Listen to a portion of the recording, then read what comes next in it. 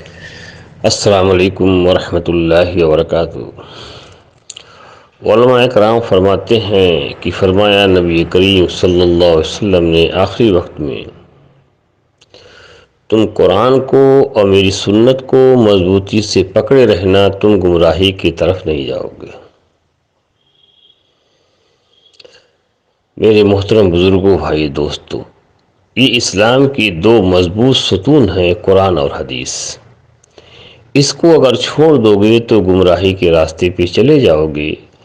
انہی دو ستونوں کو کمزور کرنے کے لیے باطل کی سازش ہے۔ اس ستون کے رکھوالے علماء اکرام ہیں۔ جب ان ستونوں میں کمی زیادتی کی جائے گی تو وہاں گمراہی کا دور چالو ہو جائے گا۔ اب یہ قرب قیامت کے زمانہ ہے، ان دو ستونوں پر اس وقت حملے ہو رہے ہیں۔ ابھی جو خبریں موصول ہو رہی ہیں، مولانا سعد کاندھلوی صاحب کے ماننے والے شہادہ ضلع دھلیا کا ایک قصبہ ہے، وہاں پر عقل کنواں کے مولانا مرشد صاحب آ کے قرآن کی تفسیر کر رہے تھے۔ ان سعد صاحب کے ماننے والوں نے اس تفسیر کرنے سے منع کر دیا۔ مرکز کے اندر عقل کنواں لوٹ گئے۔ وہاں جانے کے بعد پھر کچھ لوگوں نے درخواست کیا، مرکز کے قریب ایک مکہ مسجد ہے، وہاں آپ آ کے تفسیر کریں اور اعتکاف کریں۔ تو وہاں پر بھی سعدیانیوں نے ان کو تفسیر کرنے نہیں دیا، کہا دین کے کام میں حرج اور رکاوٹ پیدا ہو رہی ہے۔ تو قرآن سے بڑا دین کا کام کیا ہے؟ یعنی ان لوگوں کا جو ایک مشن ہے، اس مشن کے خلاف وہ معاملہ چل رہا ہے۔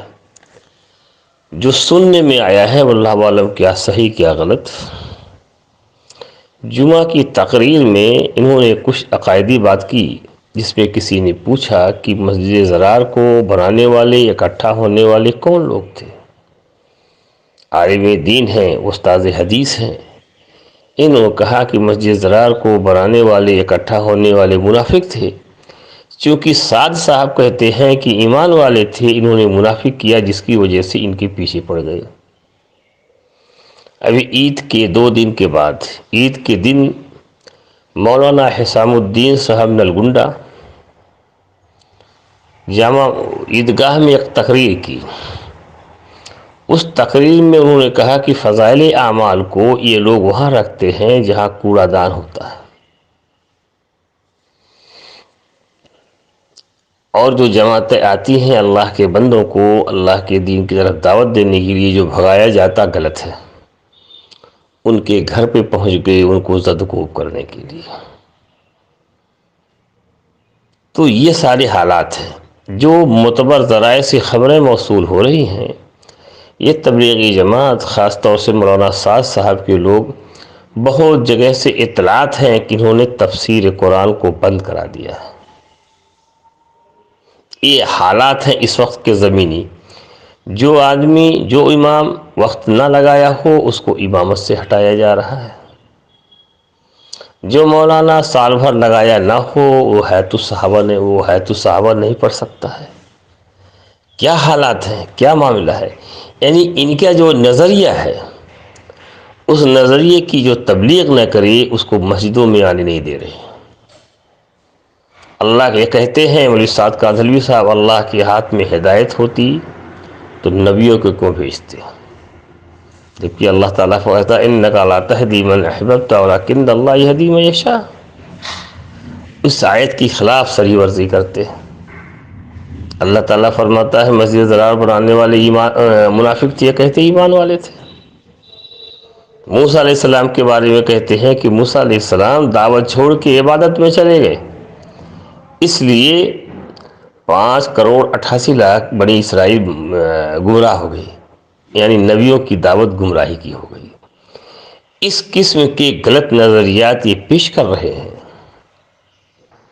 جو امت کے لیے کیا یہ جماعت اس وقت فتنہ بنی ہوئی ہے؟ مولانا منظور نعمانی صاحب نے معرف الحدیث میں ایک حدیث لکھی ہے، اے ابو ہریرہ، حدیث کا مفہوم میں بتا رہا ہوں کہ قیامت سے آنے سے پہلے، اس دن کو فتنے سے آنے سے پہلے پہلے عمل صالح کر لے، صبح مومن ہوگا شام کو کافر ہوگا، شام کو کافر ہوگا صبح مومن ہوگا۔ تو انہوں نے فرمایا، اس کی تشریح میں ایک عجیب، یہ بخاری اور مسلم کی دونوں کتابوں میں حدیث ہے، ایک عجیب بات فرمائی، یہ ایسا نہیں ہوگا کہ ٹھیک جو ہے وہ کافر ہو جائے گا، اعمال اور عقائد کی بنیاد پر ہوگا، اس میں گمراہ دعوتی تحریکوں کی شکل میں یہ فتنہ آئے گا۔ میں اس کی فوٹو کاپی حدیث کی بھیج دے رہا ہوں، گمراہ دعوتی تحریکوں کی شکل میں یہ فتنہ آئے گا۔ یہ لوگ غلط سلط حدیث قرآن کی باتیں کریں گے، ان کو لوگ روکنے کی کوشش نہیں کریں گے، اور جو روکنے کا کوشش کرے گا اس کو زدکوب کریں گے۔ کچھ لالچ کی وجہ سے ان کو نہیں روکیں گے، کچھ منصب کی وجہ سے نہیں روکیں گے۔ کیا یہ گمراہ دعوتی تحریکوں کی شکل میں جو فتنہ بتایا گیا تھا، علماء اکرام سے گزارش ہے، کیا وہ فتنہ مولی سعد کاندھلوی کی شکل میں آ گیا، جس کے بارے میں دارالعلوم دیوبند کا فتویٰ ہو؟ یہ گمراہی کے راستے پہ چل رہے ہیں، اگر ان کو نہ روکا گیا، قدغن نہ لگایا گیا، تو تبلیغی جماعت کا ایک بہت بڑا طبقہ فرقہ ضالہ میں تبدیل ہو جائے گا۔ کیا اس میں شامل یہ ہیں کہ نہیں ہیں؟ کیا حدیث ان پر لاگو ہوتی کہ نہیں ہوتی ہے؟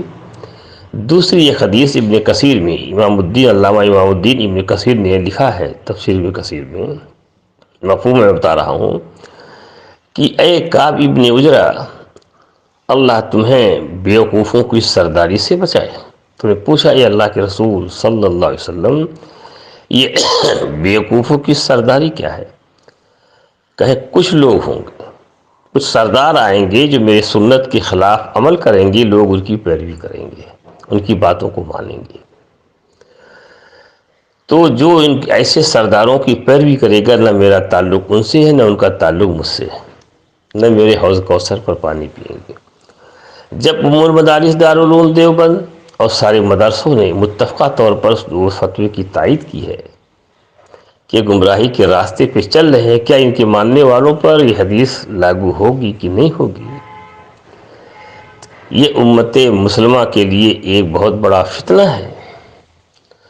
جو علماء ان کو دودھ پلاتے ہیں، ان کو مضبوطی دیتے ہیں، علماء ہو یا عوام ہو، کیا اس حدیث کی مخالفت کرتے ہیں؟ کیا ان کا سامنا نبی کریم صلی اللہ علیہ وسلم اور اللہ سے نہیں ہونا ہے؟ وہ کیا جواب دیں گے جب وارث انبیاء نے؟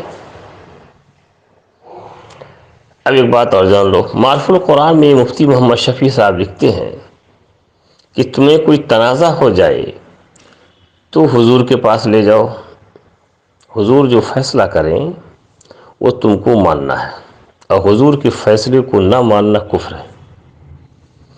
یہ معاملہ قیامت تک چلے گا۔ اب سمجھ میں آیا قیامت تک کیسے چلے گا؟ تو آگے تفسیر فرمایا، حضور کے جانے کے بعد جو علماء کے محدثین فقہاء کرام ہیں، ان تک یہ باتوں لے جاؤ، وہ جو فیصلہ کریں گے وہ فیصلہ حضور کی طرف سے مانا جائے گا۔ مولانا سعد کاندھلوی کی گمراہی کے راستے پر، غلط باتوں پر مسئلہ دارالعلوم دیوبند گیا، اور اس پر پورا دارالعلوم بیٹھا۔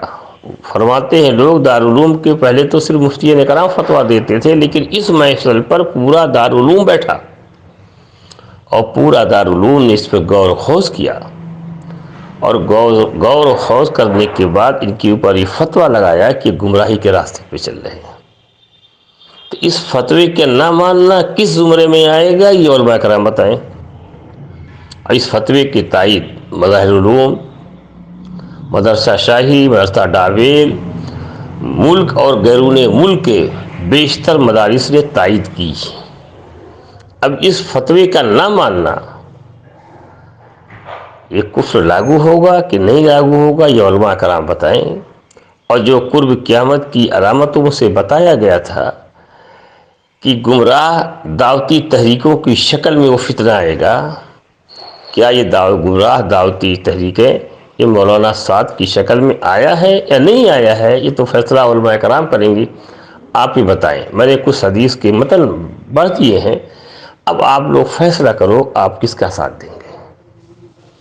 جس کے اوپر شریحاً فتویٰ لگا ہوا ہے کہ انبیاء کی شان میں توہین کرتے ہیں، تفسیر بالرائے کرتے ہیں، صحابہ کی شان میں توہین کرتے ہیں، حدیث غلط بیان کرتے ہیں، ان کا ساتھ دو گے، یا جو نبی کریم صلی اللہ علیہ وسلم کی دین کی پاسداری کر رہے ہیں ان کا ساتھ دے گو؟ یہ خود آپ لوگ فیصلہ کرو کیا کرنا ہے یا کیا نہیں کرنا۔ ایک اور گزارش ہے، 7 کاندھلوی کی جماعتیں اگر دیہات کو جاتی ہیں تو اس سے کہو کہ بھئی ہم تو دیوبند علماء کے ساتھ ہیں، ہم تو علماء کے ساتھ، آپ کے اوپر فتویٰ لگا ہوا ہے، آپ 7 کاندھلوی صاحب سے کہیے کہ رجوع کر لیں، تب تو ہم آپ کی بات سنیں گے۔ اگر آپ رجوع نہیں کرتے ہیں، چونکہ دارالعلوم دیوبند نے کہا ہے کہ ان کی نظریات کو تبلیغ کرنا اور ان کی نظریات کو اپنے اندر داخل کرنا یہ گمراہی کا سبب ہوگا، لہذا ہم گمراہی کا سبب نہیں بننا چاہتے ہیں۔ تو اس طریقے سے جب آپ بات کریں گے تو امید ہے امت کے اندر سدھار پیدا ہو جائے گی۔ فقط والسلام، غلطیوں کی معافی، دعاؤں کی درخواست۔